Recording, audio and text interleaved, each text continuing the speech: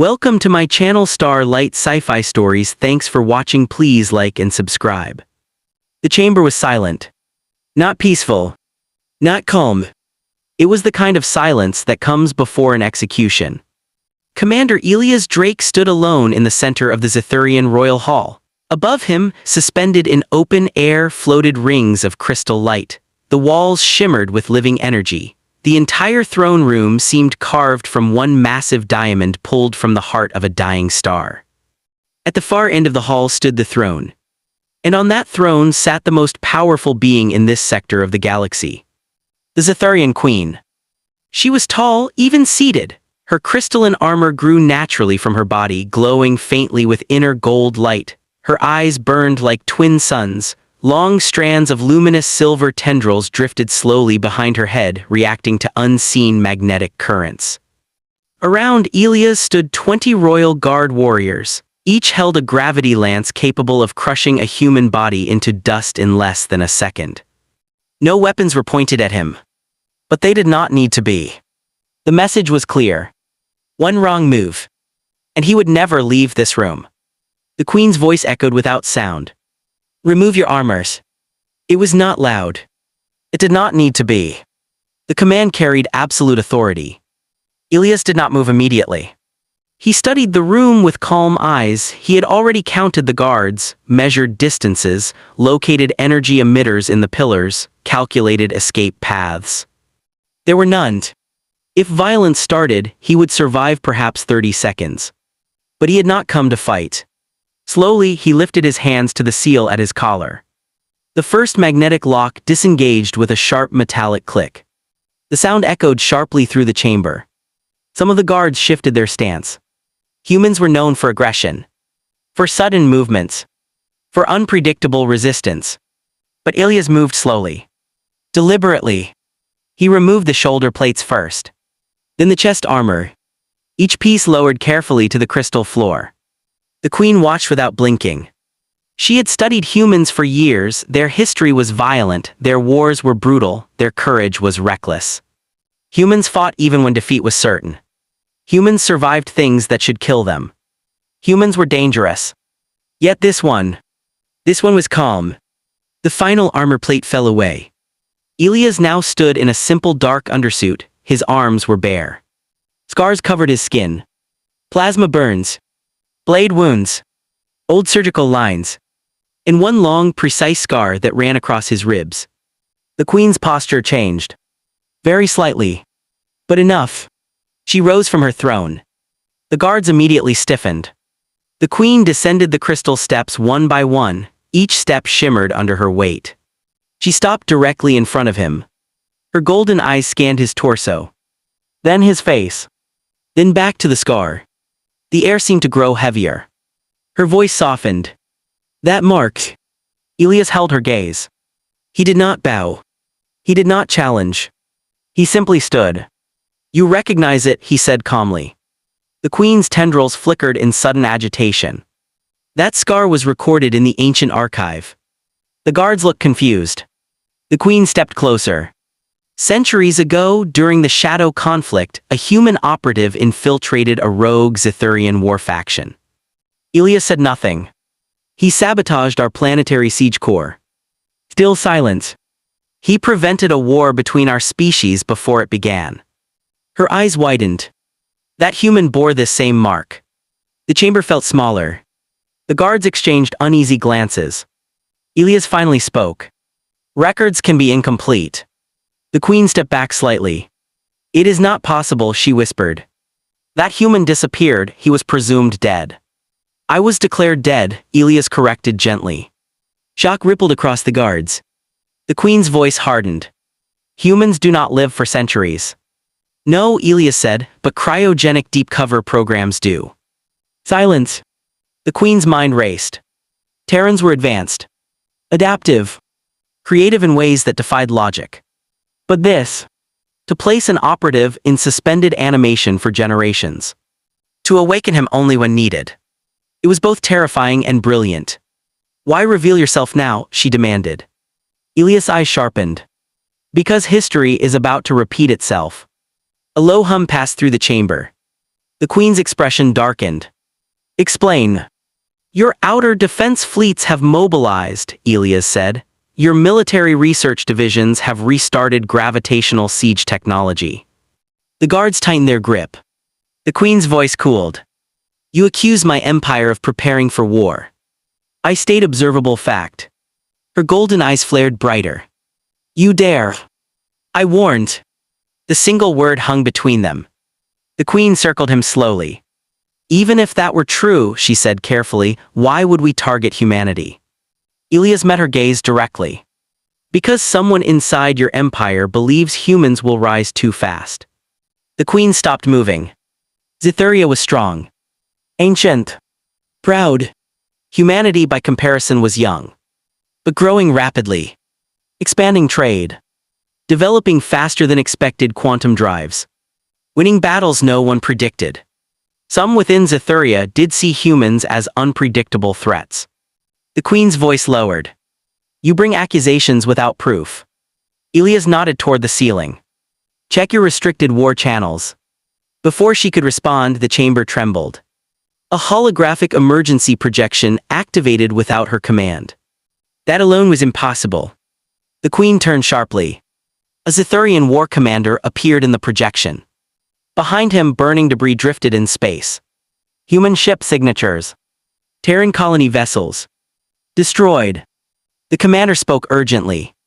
My Queen, Operation Dawn Spear successful, Terran outer colony neutralized, awaiting authorization for Phase 2 assault. The Queen's entire body froze. She had given no such order. The hologram cut out. The chamber fell into silence. Elias did not react outwardly. But inside, his worst fear was confirmed. The Queen slowly turned toward him. My empire has attacked your people. Yes. Her voice trembled slightly, not with fear but rage. Without my command. Yes. The Queen's power filled the chamber. Cracks of golden light moved across her armor. Who authorized this? Someone who wants war. The Queen paced once then stopped. If humanity sees this as official action, they will retaliate, Elias finished. How long? Minutes before mobilization. That word changed everything. Minutes. Not days. Not weeks. Modern warfare moved at light speed. Retaliation fleets could already be launching. The Queen's pride battled with logic. If she denied involvement, humans might not believe her. If she admitted internal treason, she revealed weakness. Either path was dangerous. Elias spoke calmly. I came here instead of returning fire. Why, she demanded. Because war benefits whoever started this. The Queen studied him deeply. He stood in the throne room of a species stronger in raw power than humanity. He stood unarmed. Unprotected. Accusing her empire. And yet, he showed no hatred. Only determination. You risk death to prevent conflict, she said quietly. Yes. Why would a human do that? Elias' answer came without hesitation. Because we know the cost of war. The Queen watched his scars again. Each mark told a story. Each scar carried history. You fight fiercely, she said. Yes. You endure suffering. Yes. Yet you seek peace. Yes. Her tendrils glowed softly. Humans are contradiction. Elias allowed the smallest smile. We prefer adaptable. The Queen almost smiled. Almost. Then her expression hardened again. If this is treason within my empire, she said, I will remove it personally. I expected nothing less. The Queen stepped back and straightened fully. Her ruler's presence returned. Commander Elias Drake. He stood firm. You will have access to my War Council records. The guards gasped softly. The Queen ignored them. You will assist me in uncovering this betrayal. Elias nodded once. And in return, she continued, you will transmit to Terran High Command that this action was unauthorized. I can request delay, Elias said, but proof will be required. Then we find it quickly. Another vibration shook the chamber. This one stronger. A secondary alert activated. Terran fleet movement detected near contested border space. The war clock had begun. The Queen looked at the display. Then at Elias. Your people move fast. We learn from history. Her eyes narrowed thoughtfully. And if we fail? Elias answered without fear. Then both our species bleed. The queen walked back toward her throne slowly. She paused halfway. For the first time in centuries, doubt entered her mind. Not doubt in her strength, but doubt in her control. Someone inside her empire had moved without her authority. Someone powerful. Someone with fleet access. That was not just treason. That was a direct challenge. She turned back toward Elias. You saved my ancestors once. I saved stability. Will you save it again? That depends, Elias said calmly. On what? On whether you are willing to stand beside humanity instead of above it. The chamber fell into deep silence. No one had ever spoken to the Zethurian queen that way. Not with disrespect, but with equality. Her golden eyes burned. For a long moment, it seemed she might strike him down where he stood. Instead, she descended the steps once more. She stood directly in front of him. And slowly, she extended her hand. A gesture no Zethurian ruler had ever offered to another species. Then we stand together, she said. Elias looked at her hand. Then took it firmly. Human skin against living crystal. In that moment something shifted. Not just in the chamber. Not just in Zethuria. But in the future of two civilizations. Outside the palace walls, fleets moved. Weapons charged. Commanders shouted orders. But inside that throne room, a different battle had been decided. Not with force. Not with threats. But with trust. The queen released his hand. We have little time, she said. Yes, Elias agreed. She turned to the guards. Summon the High Council immediately.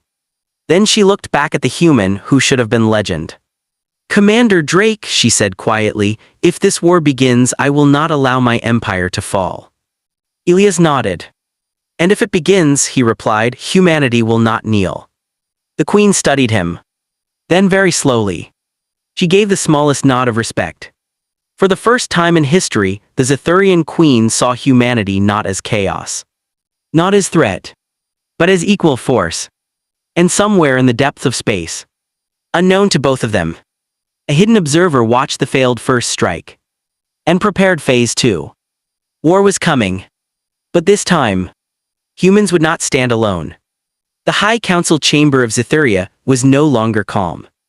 Crystal walls once glowing in soft harmony now pulsed in sharp flashes of red and gold. Tactical projections filled the air, fleet paths, weapon charge signatures, Terran response formations. War calculations. Commander Elias Drake stood beside the Zethurian queen at the center platform. Around them, 12 High Council members argued in rapid tonal bursts. Terran fleet signatures increasing. They prepare retaliation. We must strike first before they consolidate. No, another voice countered, this attack was unauthorized. The queen raised her hand. Silence fell instantly. Her golden eyes burned brighter than any projection in the room. Operation Dawn Spear, she said coldly, was launched without my command. Shock rippled through the council. That is impossible, one elder replied. Fleet authorization requires your genetic seal. Elias stepped forward. Unless someone copied it. All Zethurian eyes turned toward him. One counselor hissed sharply, you suggest infiltration at the highest level. I suggest ambition, Elias said calmly, someone who believes war will strengthen Zethuria. The queen's tendrils flickered with restrained fury. Security audit, she ordered, trace command origin of Dawn Spear. Data streams flooded the chamber. Seconds felt like hours. Then, a projection isolated a signal path. Not external. Not foreign. Internal. Origin Supreme Fleet Marshal Kareth. A deep silence settled over the council. Kareth. Hero of border conflicts. Commander of the outer defense fleets. Respected. Feared. Loyal, or so they believed. The queen's voice became dangerously quiet. Summon him. A moment later, Kareth's image appeared in the chamber. Tall even for a Zethurian, his armor darker, edged in crimson energy lines. My queen, he said smoothly, bowing slightly. You launched Operation Dawn Spear. Yes. You did so without authorization. Kareth did not deny it. I acted for the survival of our empire. The chamber stirred angrily. You defied your ruler, one counselor shouted.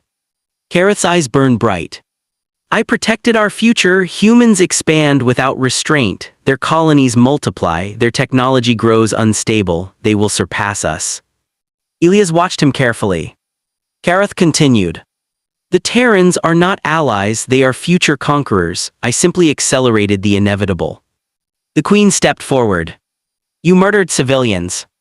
I removed threats. You attacked without council approval. Because this council hesitates. The chamber crackled with tension. Kareth's gaze shifted to Elias. And you, he said coldly, the ghost from ancient archives, you manipulate our queen with old stories. Elias did not react. You fear humanity. Elias said evenly. I understand humanity, Kareth snapped. They are relentless, adaptive, impossible to predict. A small silence followed. Then Elias replied quietly. Yes. The honesty caught even Kareth off guard. Yes, Elias continued. Humans are relentless, we adapt, we survive, we push forward even when the galaxy tells us to stop. The council listened carefully now. But we also remember, Elias said, we remember who stood with us and who burned our worlds. Kareth's eyes hardened. You believe humans will forgive this? No, Elias answered, but they will listen if truth comes quickly. The Queen faced Kareth fully. You forced my empire to the edge of annihilation. I forced evolution, Kareth corrected. You forced war. Kareth did not flinch. Yes. The single word echoed. He wanted it. The Queen understood now. This was not fear. This was ideology. Kareth believed conflict would harden Zithuria. He believed peace with humanity meant weakness. The Queen's decision formed. You are relieved of command, she said. Kareth's armor flared red. You cannot stop what has begun. Before anyone could react, his image dissolved. Emergency alarms screamed across the chamber. Unauthorized fleet mobilization, a technician cried out. Kareth's loyal battle groups have broken formation. A new projection appeared. Zithurian warships aligning with Terran response fleets. Weapons charging. Kareth was escalating. The Queen turned to Elias. How long before engagement? 4 minutes, Elias replied after glancing at his wrist display. 4 minutes before two civilizations opened full war. The Queen's voice sharpened. Prepare my command vessel. Gasps filled the chamber. You cannot enter a live battlefield, a counselor protested. I will not command from safety while my empire fractures, she replied. She looked at Elias. You said someone must break the cycle. Yes. Then we go together. The battlefield. Space above the contested colony shimmered with charged particles.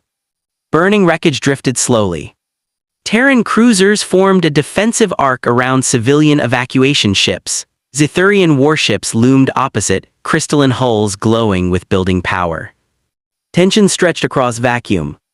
On the bridge of the Terran flagship Resolute Dawn, Admiral Corvin stared at the tactical display. Zithurian fleet locked, his officer reported. Await confirmation from Commander Drake, Corvin ordered. Seconds ticked. Then, a new ship exited hyperspace between both fleets.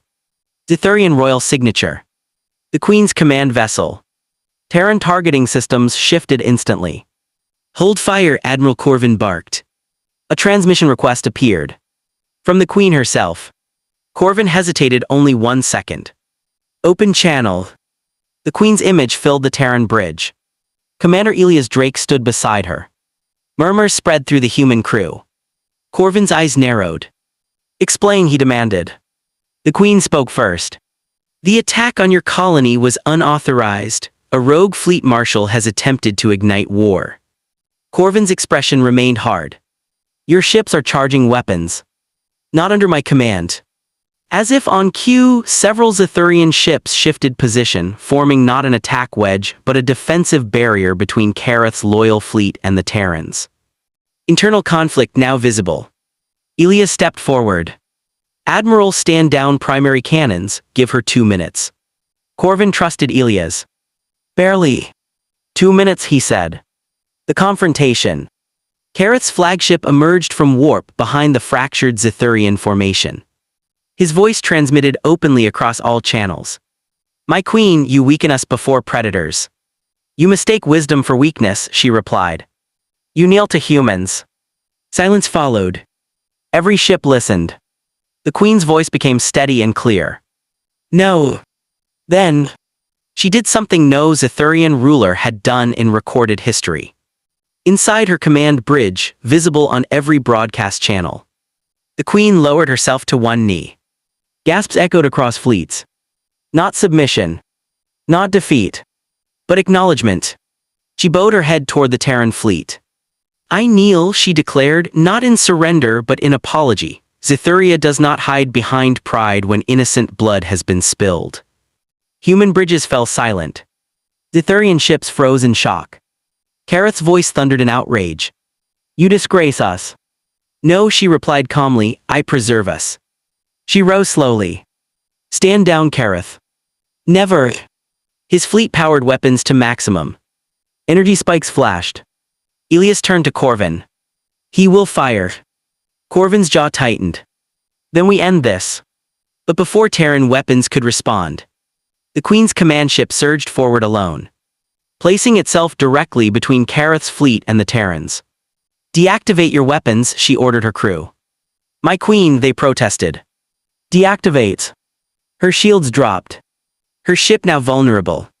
Kareth hesitated. "For the first time. You would risk destruction for them." "I risk destruction for peace." Kareth's fleet wavered. Some ships powered down weapons. Others held steady. The Queen spoke again, this time not to Kareth, but to all Zethurian ships. "Look at what we are about to do. Look at the humans across from us. They stand ready to defend their civilians as we would. They are not monsters, they are guardians." Silence filled space. Elias stepped beside her and transmitted on open channel. "Humans do not seek conquest," he said clearly. "We seek growth, we defend fiercely, we forgive carefully, but we remember honor." Terran ships powered down forward cannons one by one. A gesture. A risk. Kareth saw it. His voice lost certainty. "You trust them?" The Queen answered without hesitation. "Yes." Seconds stretched. Finally, one of Kareth's largest battleships powered down weapons. Then another. Then another. The fracture spread. Kareth realized he was alone. His flagship remained charged, but his support faded. "You choose fragility," he said bitterly. "We choose future," the Queen replied. Terran targeting systems locked onto Kareth's lone ship. Corvin's voice came through calmly. "Fleet Marshal Kareth, power down or be destroyed." Kareth looked across the battlefield. Across divided ships. Across two species choosing restraint over destruction. Slowly, his weapons dimmed. Security vessels moved in. The rebellion ended without a single additional shot fired. Aftermath. Days later, a joint ceremony was held on the rebuilt Terran colony world. Zethurian and human banners stood side by side. The Queen and Admiral Corvin addressed both populations together. Kareth and his loyalists faced trial. But the greater victory was clear. Two species had stood on the edge of extinction and stepped back. Elias stood quietly at the edge of the platform.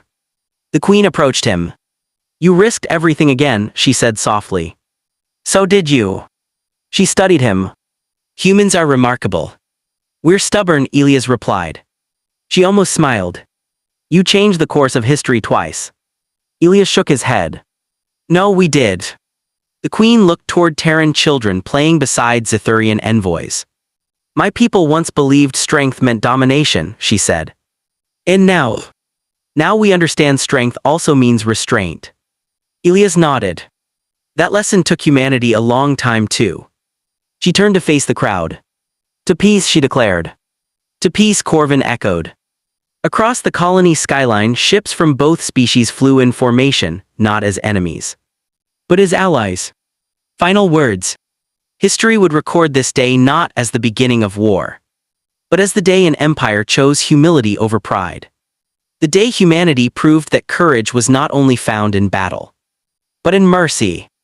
The day the alien queen knelt. And the galaxy changed. The end.